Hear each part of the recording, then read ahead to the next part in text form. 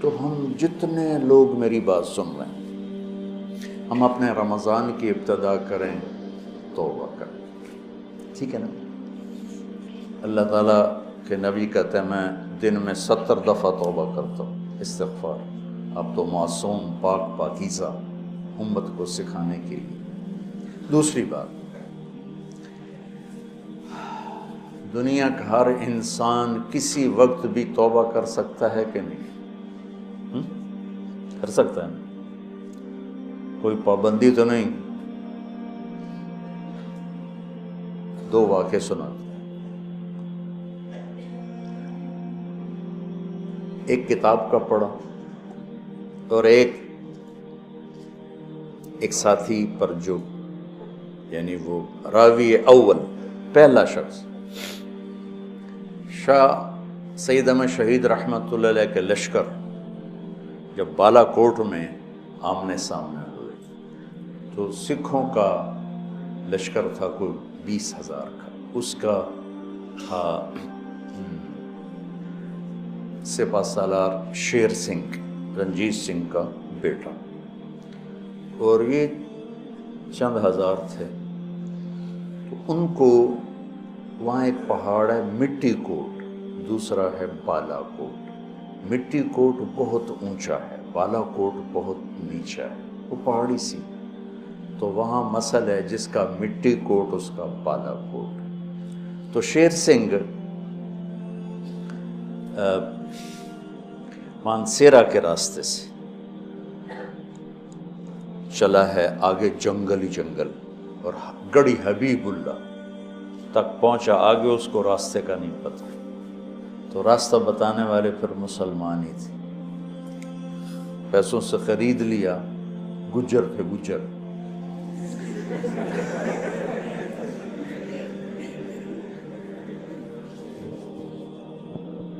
تو وہ تو ہر قوم میں اچھے برے تو ہر قوم میں ہوتے ہیں۔ ویسے تاریخ بتا رہا ہوں تو میں کہتا ہوں ہر چیز بتاؤں، یہ تاریخ کے طور پہ بتا رہا ہوں، نہ کہ برائی کے طور پہ۔ تو گجروں نے راستہ بتایا اور مٹی کوٹ پہ لے آئے، بالا کوٹ بیچ میں کھیت تھے جس میں پانی لگا ہوا تھا اور چاول کی فصل تھی۔ تو جب ادھر شاہ صاحب کا لشکر آیا اس کنارے پر اور سکھوں کا لشکر آیا اس کنارے پر اور جنگ شروع ہونے والی، ایک سکھ نے دوڑ لگائی اور کھیت وہ سمجھے کہ حملہ کرنے جا رہا، اس نے دوڑ لگائی اور چاول کے کھیتوں کو پار کرتا ہوا آ کر شاہ صاحب کے پاؤں میں گر پڑا، اپنا کڑا توڑا، زنار توڑیو کا مجھے کلمہ پڑھا۔ شاہ صاحب نے کلمہ پڑھایا، جنگ شروع ہوئی، پہلا شہید یہ سکھ تھا۔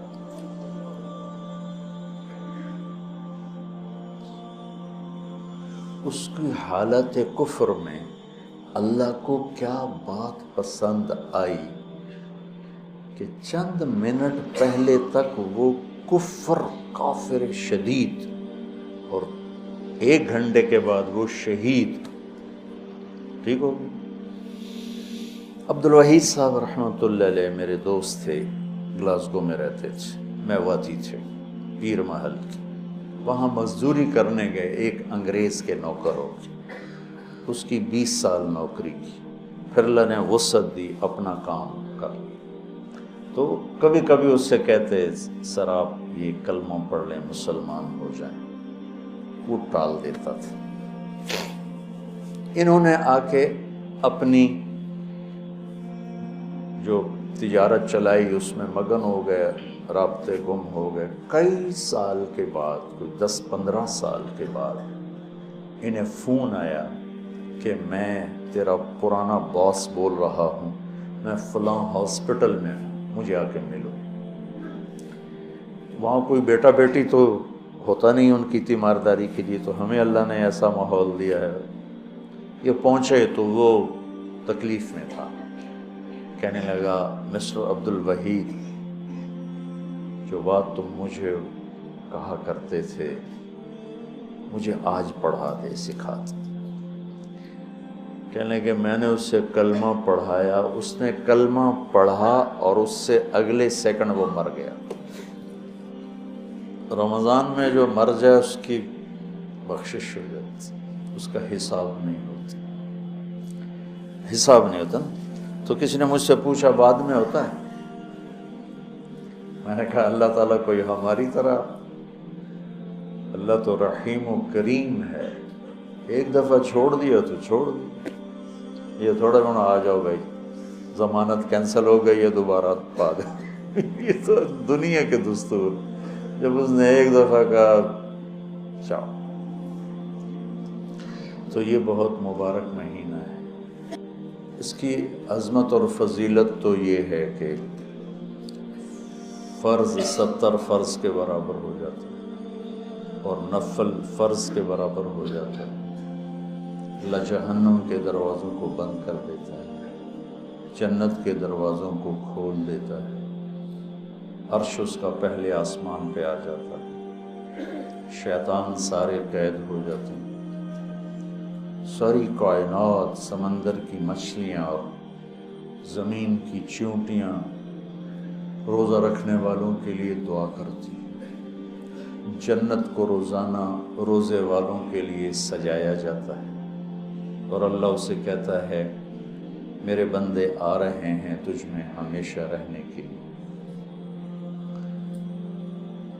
اللہ کی طرف سے 24 گھنٹے ایک اعلان ہوتا رہتا ہے، کوئی بخشش مانگنے والا، کوئی توبہ کرنے والا، کوئی معافی مانگنے والا، کوئی بھی سائل جو بھی مانگے، ایک فرشتہ اعلان کرتا ہے نیکی کرنے والے آگے بڑھ تجھے بشارت ہو، دوسرا فرشتہ اعلان کرتا ہے برائی کرنے والے بس کر اور واپس ہو۔ تو میرے نبی کا فرمان ہے کہ اگر لوگوں کو رمضان کی قیمت کا اندازہ ہو جائے تو یہ تمنا کرتے کہ سارا سال ہی رمضان ہو۔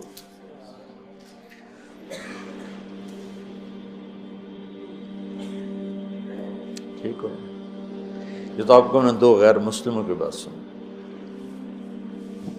من کان آخر کلامہ لا الہ الا اللہ دخل الجنہ۔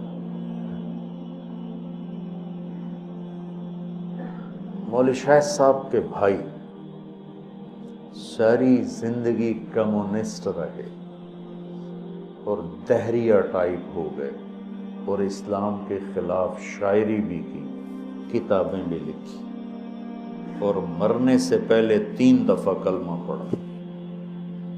مولوی شاہد صاحب نے خود بتایا کون سی بات اللہ کو پسند آئی کہ اس کے سارے کفریات کے باوجود ایمان کو سلب نہیں فرمایا۔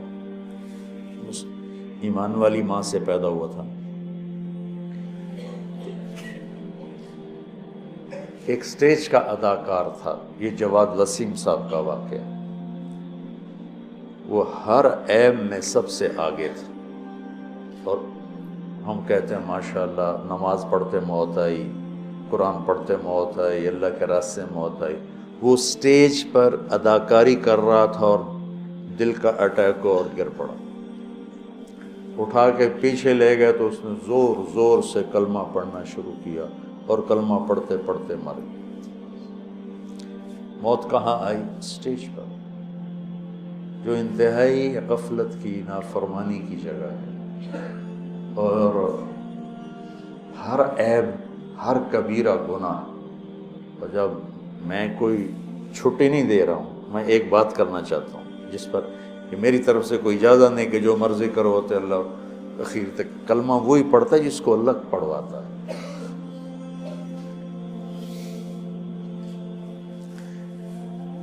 نور جہاں رحمت اللہ علیہ نے ساری زندگی گانا گایا، کہ مولوی صاحب ہنس پڑے کہ میں نے رحمت اللہ علیہ کیوں گایا؟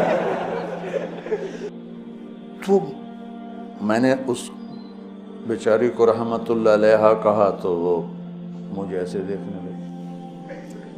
وہ 27 رمضان تھی اور جمعہ کی رات تھی، بتاؤ خود کوئی اختیار کر کے مر سکتا ہے؟ ساری زندگی گانے میں گانا کوئی اچھا کام نہیں، شریعت گناہ ہے، لیکن وہ کیا ایسی خوبی کی مالک تھی کہ شب قدر، شب جمعہ، اس میں اس کی موت آئی۔ تو آپ اللہ کی رحمت کو شاید ہم سمجھتے ہی نہیں۔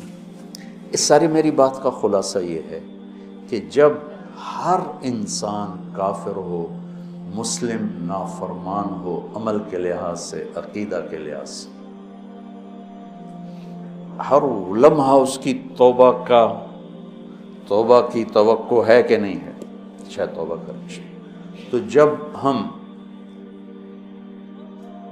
نہیں جانتے کہ یہ کب توبہ کر لے، تو پھر کسی سے نفرت کرنے کا جواز ہے؟ میں آج ایک کو دیکھتا ہوں شراب پی رہا ہے، چلو تو میں آپ بیتی سناتا ہوں۔ جنید جمشید رحمۃ اللہ علیہ کو میں نے دیکھا ٹی وی پر ڈانس کر رہا تھا، اور 10-12 لڑکیاں اس کے ساتھ ڈانس کر رہی تھیں، تو میرے جی میں آیا اس کو تو ہدایت مل ہی نہیں سکتی۔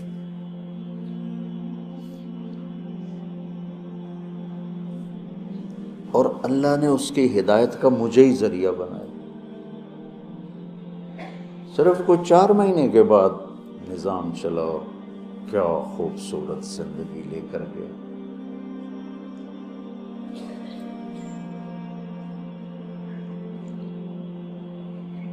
تو جب ہر انسان کے بارے میں ہر وقت یہ توقع ہے کہ یہ توبہ کر سکتا ہے، تو پھر کسی بھی انسان کو مسلم کافر حقیر سمجھنے کا کوئی جواز ہے؟ آج وہ یہ کر رہا ہے، وہ رات کو توبہ کر لے، وہ کل توبہ کر لے، وہ موت کے آخری لمحے میں توبہ کر لے، تو میری حقارت تو مجھے گرا دے گی، اور وہ جنت کے مزے کر رہا ہو۔